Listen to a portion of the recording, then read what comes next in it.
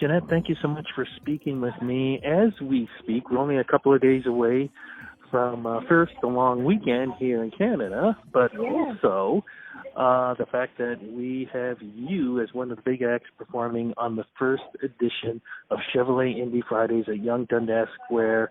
I got to ask you, how do you feel about being part of this summer sizzle spectacular that happens every year now in Toronto? Yeah, I'm really honored to be a part of it. I'm really excited, looking forward to it. Every time I play in Toronto, it's always just, wonderful. There's so much energy in that city, so I'm really stoked to be a part of it. Well, you know what? You're going to be bringing the energy, too, and I'm looking so forward to getting a chance to introduce you to this crowd also. And this is really cool because this is the first time you and I are getting a chance to talk. I've heard some of your music, amazing. And Thank you. so I get a chance to talk to you a little bit and how this whole career of yours began, because not from Toronto, Montreal, if I'm correct. Yes. I actually was born and raised in Vancouver, British Columbia. Made my way across Canada when I released my first EP and landed myself in Montreal in 2015. Why did you go from Vancouver to Montreal? Was the music scene more your style there? Yeah, the music scene is kind of a bit more electronic based, which is a huge element in my music. So I just felt like I could connect to the people that live there more. The love of music, though, when did that start for you? Because you're not just a performer, you're also a DJ, you're a songwriter. I mean, a lot has come together for you in this industry. The love of it, though, where did it all begin? I think it began with my parents. I'm a Caribbean, Canadian person, so growing up I had a lot of, my family had a lot of, they call them bashment parties.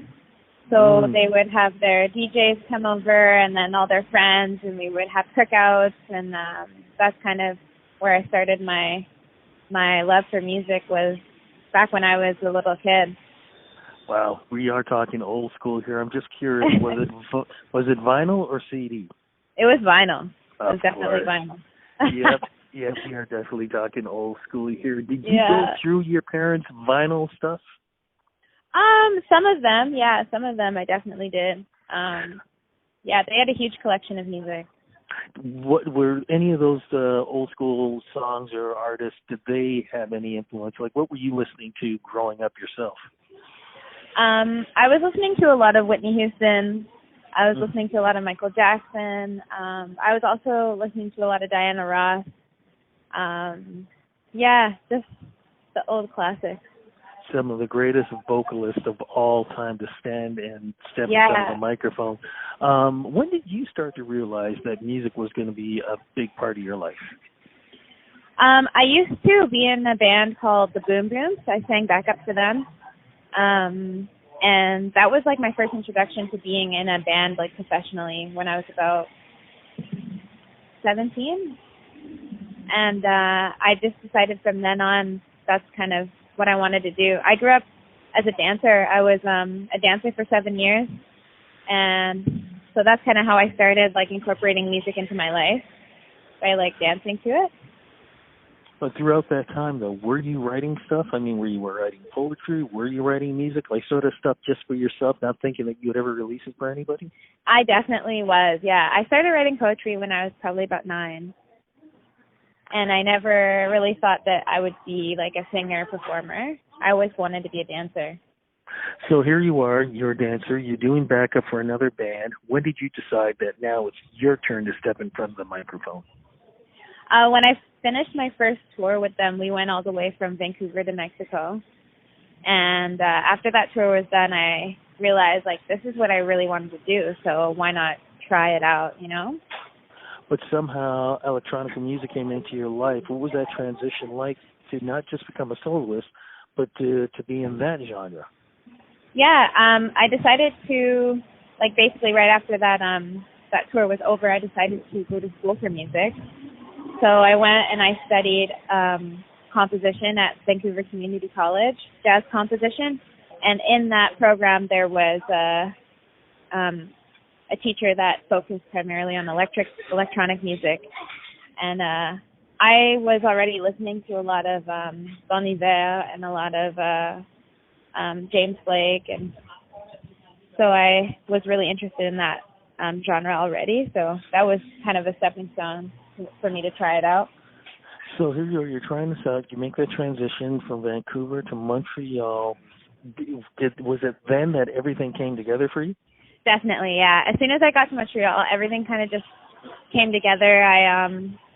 I started just producing my own music and working with producers Jordan Esau and Alex Dobson, and we just kind of came up with together a really cool electronic R&B sound that I use today. What's how many releases have you had so far? Has it just been singles, or has it been packages, EPs, albums? I've had one single and 2 EPs, basically. What's the single? Just curious. It's called Leave, and it was actually produced by Braden Lim. Oh, yeah. Yeah. Wow. Is there a theme behind it, or is this just more of a musical journey? It's kind of been a musical journey, but most of my songs are love songs. Now, may I ask why you lean on to the love song part? I mean, my first thought would be, when I think about Whitney Houston and Diana Ross and the names you mentioned, they were heavily into the love songs. Was that a bit of an influence, or are we talking personal here? Yeah, it was definitely a bit of an influence, but I always write about personal experience, so I just go through something and it just comes out.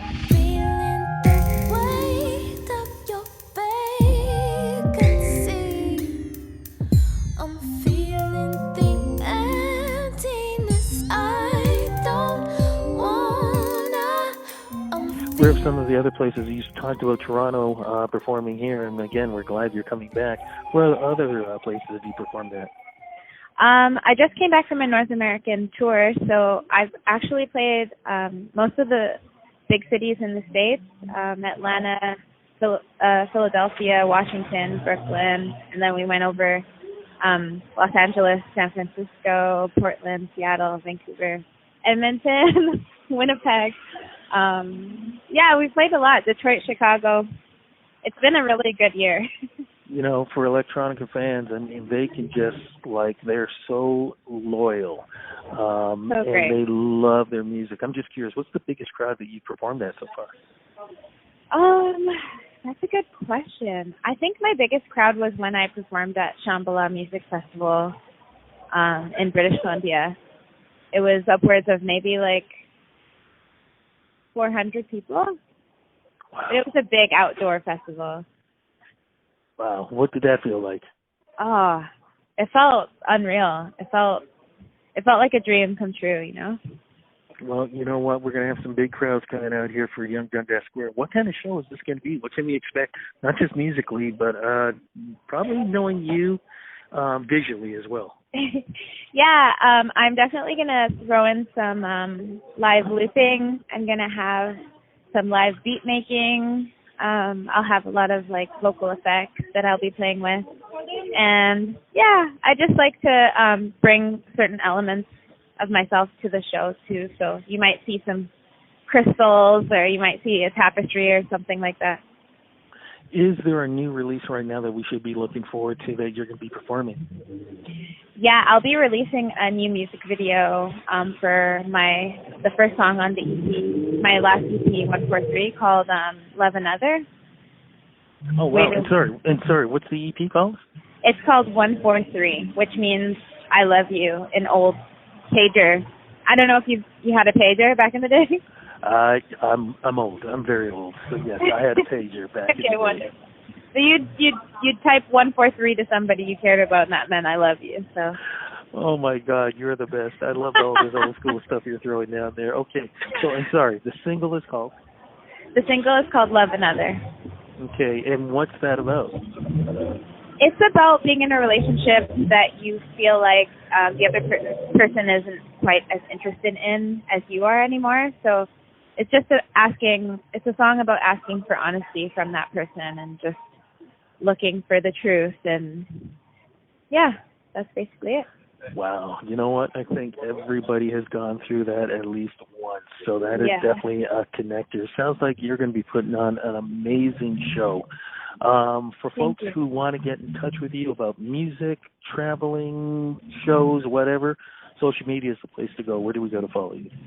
You can find me on Instagram at Janette.King, or you can find me on Facebook, Janette King Music, or on Spotify. You can find all my music there, Janette King. Janette, so looking forward to meeting you. So looking forward to seeing your show. For me personally, looking so forward to introducing you to the Toronto crowd. This sounds like I said, you're going to be putting on an amazing show. Be safe. Thank you. Can't wait for you to get to Toronto. And again, like I said, looking forward to meeting you. Thank you so much. Take care. Thanks again. Bye-bye. Bye. I'm feeling